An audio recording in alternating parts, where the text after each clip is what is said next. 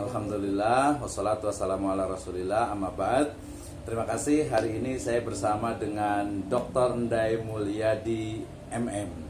Kita sapa dulu. Assalamualaikum. Waalaikumsalam warahmatullahi wabarakatuh. Masya Allah, luar biasa sekali. Baik, hari ini saya mau nanya-nanya nih terkait dengan filsafat ilmu. Wah, baik, menarik nih Pak Dokter nih. Saya mau nanya dulu pertama terkait dengan filsafat ilmu. Apa sih sebenarnya yang dimaksud dengan filsafat ilmu Pak Dokter nih? Silakan.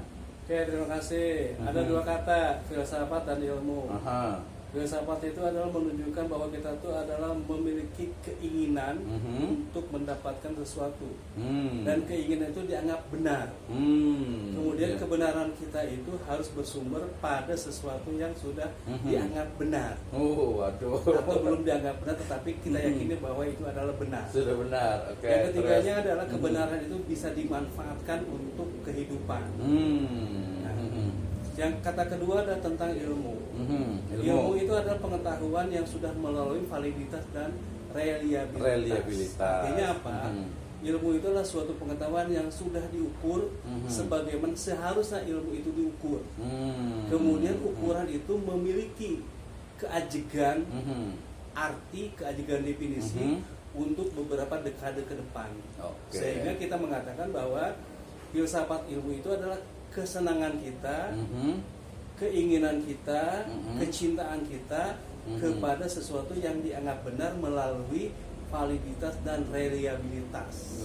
Luar biasa sekali ya. Jadi apa namanya? Definisi itu sangat ini ya, sangat diambil bersumber dari berbagai referensi gitu ya. Ini pada tanya berikutnya. Jadi kan ada beberapa istilah nih. Ada tadi istilah pengetahuan, kemudian tadi juga ada istilah ilmu, kemudian juga mungkin nanti ada istilah hipotesa, atau mungkin juga ada yang disebut dengan preposisi gitu ya. Jadi sebenarnya urutannya seperti apa sih dari pengetahuan atau mungkin dari data informasi sampai ke ilmu atau sampai teori gitu. Seperti apa sebenarnya? Yang pertama adalah bisa orang membolak-balik antara hipotesa dan preposisi. Hipotesa preposisi ya. Oke. Jadi kalau hipotesa itu bahasa sederhananya adalah menduga. Oh, dugaan. Menduga. Kita menduga bahwa saya adalah benar. Itu dugaan saya. Itu dugaan saya. Nah, kalimat saya adalah benar itu namanya proposisi. Kalimatnya berarti proposisi. Proposisi ya. Nah, di dalam proposisi itu nanti ada proposisi minor, ada proposisi mayor. Oke. Ketika disinkronkan maka menjadilah kesimpulan ataupun konklusi. Berarti mungkin mirip ini Pak Dokter ya, antara tesis, antitesis dengan sintesis. Betul, seperti itu. Oke, itu berarti hipotesa ya. Cuma derajatnya lebih tinggi daripada preposisi. Preposisi ya, betul. Karena kalau preposisi itu baru statement atau baru pernyataan. Menduga dan dugaan. Kalimat dugaan itu, dugaan kita yang dinarasikan itu, yang ditulis itu dinamakan dengan preposisi. Preposisi. Oke. Dari preposisi ada tingkatan berikutnya untuk menjadi ilmu. Nah, untuk tingkatan berikutnya adalah kita baru masuk ke uji duga. Uji dugaan. Jadi uji duga ya. Uji duga. Nah, uji duga itu kita bisa menggunakan kualitatif maupun kuantitatif. Jadi untuk menguji ya. Uji duga ya. Jadi kita tidak boleh ilmuwan itu, akademisi itu berkata satu kali dan itu dianggap benar. Harus beberapa kali ya. Minimal 2 kali. Minimal 2 kali validitasnya ya. Bahwa saya adalah benar. Menurut saya, uji dulu perkataan itu, uji dulu kalimat itu dengan uji duga. Nah, uji duganya biasanya kita menggunakan hipotesis nol dan atau hipotesis gitu atau ya. hipotesis 1. Artinya apa? Kalau hipotesis nol itu adalah saya berkata apapun tidak ada hasilnya. Jadi kalau nol tidak ada. Tidak ada hasilnya. Kalau satu mau berkata benar ke tidak benar ke, jadi tidak ada hasilnya. Kalau masa tidak benar ya tidak benar. Tidak benar. Tetapi Kalau hipotesis satu atau hipotesis alternatif, bahwa saya berkata benar dan itu memang benar. Kalau uji hipotesisnya benar. Aduh, agak lumayan juga idenya ya. Nah, berarti tadi ada uji hipotesis ya. Nah, setelah uji hipotesis tadi minimal 2 kali. Setelah itu sampai ke tahap apa tuh? Teori atau apa? Nah, masuk dulu ke dalam tahap teori. Nah, teori. Rangkaian ataupun sistematika sampai ke teori itu yang dimaksud dengan validitas dan reliabilitas. Rangkaian menuju teori ya, betul. Oke. Jadi teori itu adalah ujung daripada hipotesa. Nah, teori itu juga bisa akan patah. Bisa patah jika ada teori lain yang mematahkan. Nah, teori bisa patah jika ada teori yang mematahkannya. Itu adalah masuk ke dalam statement wilayah filsafat ilmu. Kita yakin kalau kita yakin bahwa teori akan patah jika ada yang mematahkan, maka keyakinan itu adalah masuk ke dalam filsafat ilmu. Kita sedang berfilsafat karena kita mencintai kebenaran. Benarnya apa? Teori akan patah jika ada yang mematahkan. Oke, itu berarti ke filsafatnya ya.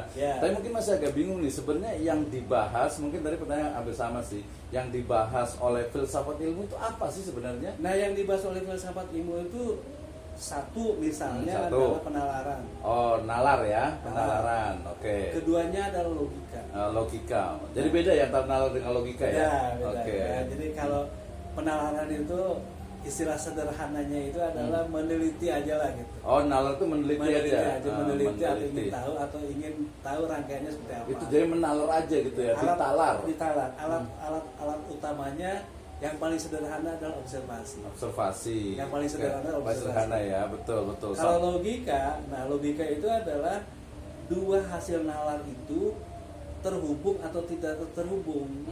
Maka dua unsur tadi, dua hasil nalar tadi adalah masuk ke dalam hipotesis nol atau hipotesis alternatif. Gitu. Jadi hubungan ini apa tadi mungkin hubungan yang korelasi antara nalar yang satu dengan nalar yang lain itu namanya logika.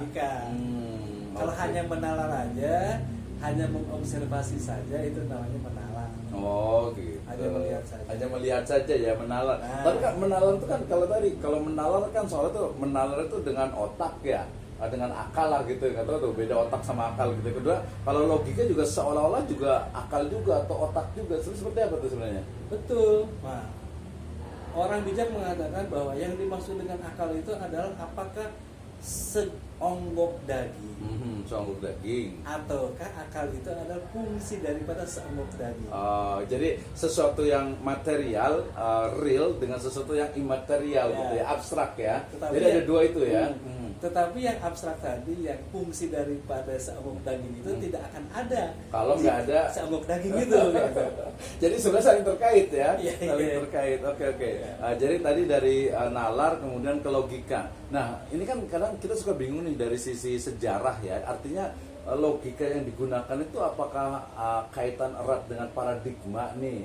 Misalnya itu logikanya Yunani, logikanya mungkin Arab, logikanya mungkin Indonesia, Nusantara, logikanya Jawa, itu kayak gimana sih sebenarnya? Ada nggak istilahnya kronologi ataupun madhab atau mungkin aliran paradigma logika itu? Logika itu sebetulnya kan dari zaman epikosentris. Epikosentris ya. Jadi ada anak Saminder, iya betul. Di Yunani ya berarti ya. Ada Dewe, banyak lah itu. Iya logika itu ya. Nah terus ada apa lagi? Ada Aristoteles, Plato, betul. Poseidon gitu. Banyak lah. Tetapi pada intinya adalah logika itu adalah menghubungkan dua hasil nalar. Bisa lebih nggak? Kalau lebih itu hanya variasi. Misalnya regresi linear berganda itu hanya variasi. Y sama dengan A plus B1 X1 ditambah B2 X2 atau ditambah dengan C gitu. Itu ada parabolik gitu. Itu ini ya, ada variasi ya. Lalu pada intinya Y sama dengan Y sama dengan itu Y sisi kiri sama dengan yang lainnya sisi kanan itu adalah dua hal yang harus ditemukan. Ya, apakah Y sama dengan sisi kanan, ataukah Y sama dengan A saja, ataukah Y sama dengan B saja. Wih, luar biasa Ya. dari tujuan, tadi ada objeknya ya. Jadi kita masih panjang nih. Terakhir nih sebelum nanti kita ke next video ya. Jadi sebenarnya apa sih hikmah ataupun manfaat nih dari belajar filsafat ilmu? Manfaat. Orang bijak ditanya lagi nih. Gimana tuh? Orang bijak ditanya lagi. Jenis orang dilihat dari sisi pengetahuannya ada berapa jenis sih? Orang bijak mengatakan ada 4. Ada 4, betul. Yang pertama adalah orang yang tahu. Yang tahu, betul. Dan dia yakin bahwa dia mengetahui. Dia tahu. Dia yakin bahwa dia mengetahui. Terus? Yang keduanya adalah orang tahu. Dan dia yakin bahwa dia tidak mengetahui pengetahuan itu. Dia tahu tapi tidak tahu Tentang itu. Tentang itu. Terus? Kemudian orang yang ketiga adalah orang yang tidak tahu. Dan dia yakin bahwa dia memang mengetahui bahwa dia itu tidak tahu. Ketidaktahuannya itu, betul. Yang keempat adalah orang yang tidak tahu. Dan dia yakin bahwa dia itu tidak tahu dengan ketidaktahuannya itu. Silakan diri Anda ada di kelompok yang mana itu. Mungkin kalau kita tahu nih bahwa diri kita itu mungkin memang banyak tidak tahunya gitu kali ya. Tahu bahwa kita tuh tidak banyak tidak tahunya gitu kali gitu ya. Kalau posisi seperti ini seperti apa? Nah, kalau seperti itu kan artinya apa? Artinya orang bekerja tanpa pengetahuan itu masuk ke dalam konsep trial and error. Coba-coba ya berarti ya. Bisa saja terjadi benar, bisa jadi. Bisa saja terjadi tidak benar.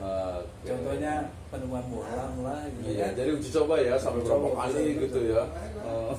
Misalnya penemuan mobil Daimler gitu, Mercedes-Benz gitu kan. Bisa benar ya bisa salah. Iya, mungkin salahnya juga banyak berkali-kali gitu ya. Penerapan pikiran itu masuk di dalam filsafat pada sumbu ataupun pada asas ataupun pada bagian aksiologi. Wih, luar biasa. Berarti ada ontologi, epistemologi, aksiologi gitu kali ya. Wah, ini kayaknya next time misalnya dia menonton nih tentang pesawat ilmu. Baik, misalnya kita lanjut.